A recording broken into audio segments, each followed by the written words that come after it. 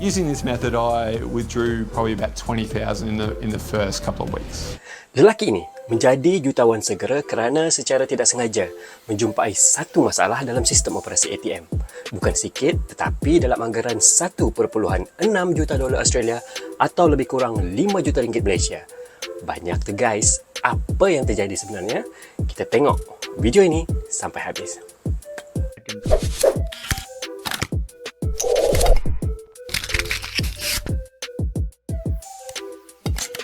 Hai semua, kembali lagi ke BSBS TV. Mari kita tengok apa kisah yang akan kita ceritakan dan kongsikan pada kali ini. Jangan pergi mana-mana, tengok sampai habis guys.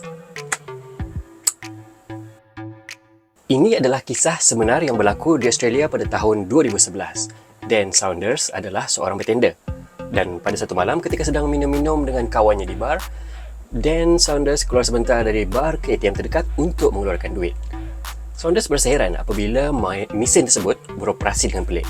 Dia cuba memindahkan duit dari kad kredit ke akaun simpanannya. Mula-mula dia cuba untuk memindahkan sebanyak $200. Tetapi ATM tunjukkan mesej transaksi dibatalkan. Tetapi apabila dia mengeluarkan duit sebanyak $200 dari akaun simpanannya, duit pun keluar. Magic. Di sinilah detik perubahan yang bakal mengubah hidup Dan. I knew it was the wrong thing, absolutely.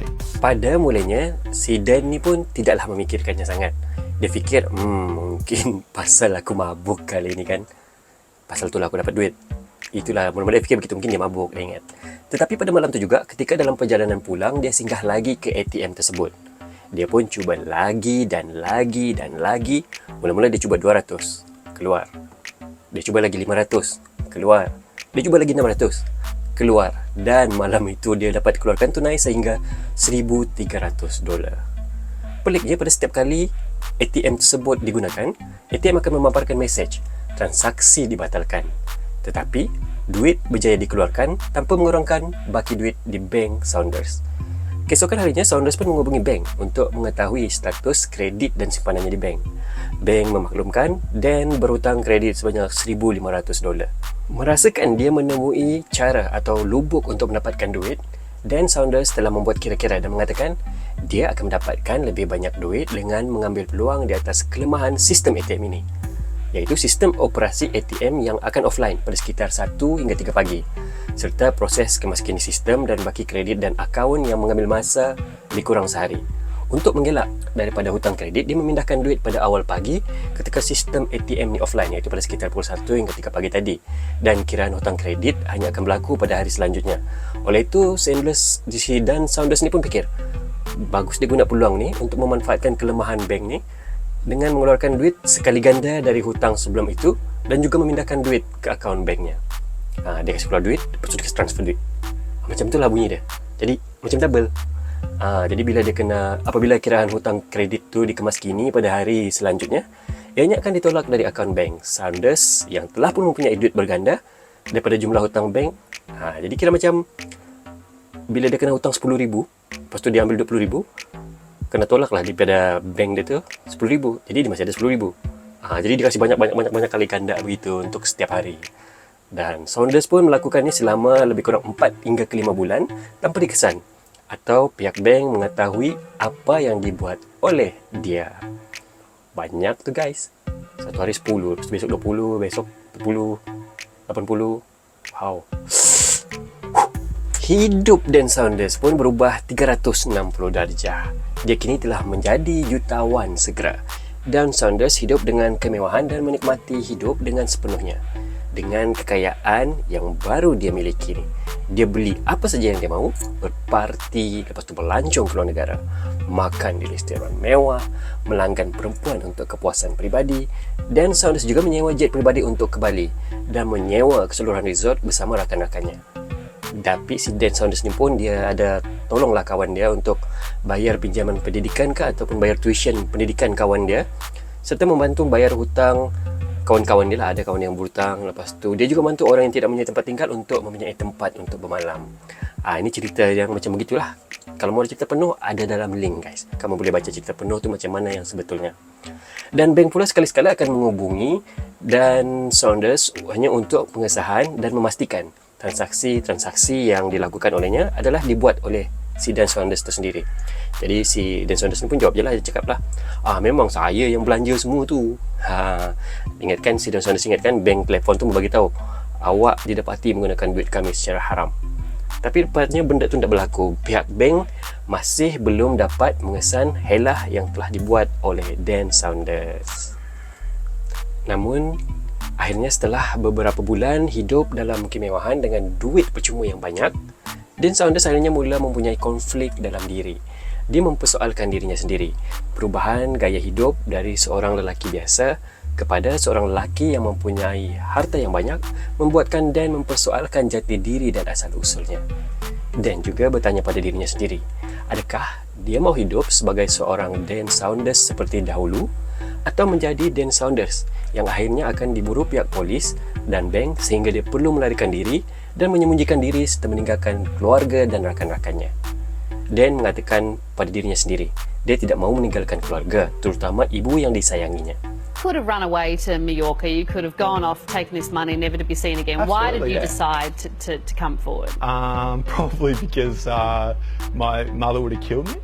And I wouldn't have liked to live overseas with her knowing or not knowing where I was.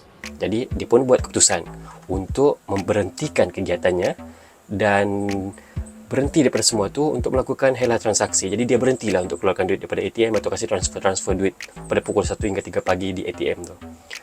Jadi ini menyebabkan hutang kredit si Dan ni pun terkumpul serta tidak terbayar. Jadi bank pun telefonlah si Dan ni. Jadi si Dan ni beritahu apa yang dia sudah buat. Dia beritahu apa yang dia sudah buat, tapi bank cakap semuanya dalam siasatan polis dan bank tidak mempunyai kuasa. Bank juga mengatakan yang Dan, awak dalam masalah yang serius. Jadi si Dan ni pun dia tunggu jugalah sebab dia sudah rasa bersalah kan. Dia tunggu juga, tapi selepas tu dalam 2 tahun tidak ada sebarang tindakan dari pihak bank ataupun polis. Jadi si Dan Saunders yang masih berasa bersalah dengan jiwa ini, rasa kacau kan, telah bertemu pakar psikiatri. Dia pergi tanya pakar kaunseling lah lebih kurang. Pakar psikiatri dia tu memberikan pandangan untuk si Dan ni menghilangkan rasa bersalah serta jiwa yang kacau. Dia perlu menyerahkan diri serta mengakui kesalahannya. Sampai macam tu sekali dia punya kesedaran kan. Antara usaha si Dan ni lah untuk mengakui kesilapannya, si Dan Saunders telah berhubung dengan beberapa media utama seperti Herald Sun dan beberapa lagi media lain serta temu bual di stesen televisyen untuk menceritakan kisahnya ni. Kamu boleh tengoklah di YouTube ke ataupun di berita pun, kalau kamu search Dan Saunders ni memang kamu pernah nampak. Benda ni kira macam benda betul lah. Dia ceritakan kisah yang benar. Dan akhirnya selepas 3 kisah dia ni diceritakan di media cetak dan penampilan di rancangan TV, barulah dakwaan si Dan Saunders ni diambil serius oleh bank dan pihak polis. Dan pun ditangkap oleh polis dan dibicarakan. Pada awalnya Dan menyangkakan dia akan mendapat hukuman yang sangat berat. Namun disebabkan kekurangan bukti oleh pihak bank dan pihak pendakwa raya juga tidak memahami sepenuhnya kes tersebut, Dan Saunders hanya dikenakan denda sebanyak $200,000 dan penjara setahun serta 18 bulan servis komuniti. Bagus juga ni.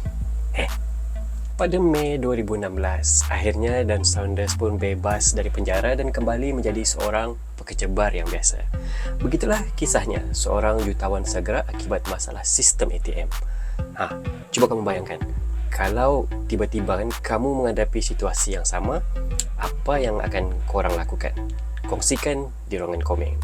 Adakah kamu juga akan menikmati kekayaan yang datang secara tiba-tiba itu, atau kamu orang akan buat benda kamu orang yang kamu mau buat sendiri? Mungkin ada lah tu kan yang kamu mau bikin kan. Oh ya, dalam perkongsiannya juga si Dan Saunders ni ada menyatakan bagaimana layanan orang sangat berbeza apabila mengetahui yang Dan Saunders ni mempunyai banyak wang dan menyangka dia seorang jutawan. Dirinya dipandang tinggi, diberikan perhatian dan mendapat banyak keistimewaan. Begitulah kehidupan. Itulah perkongsian Best TV untuk kali ini. Jumpa lagi dalam video yang akan datang. Jangan lupa untuk tekan butang subscribe, like, share dan tekan butang lonceng. Kalau ada cadangan, teguran dan ulasan, bolehlah tinggalkan di ruangan komen. Okey teman-teman, tetap kerja keras walau sulit. Tetap berusaha walau tiada daya. Jangan pernah putus asa. Semoga semuanya baik-baik saja. Amin. Sampai jumpa lagi.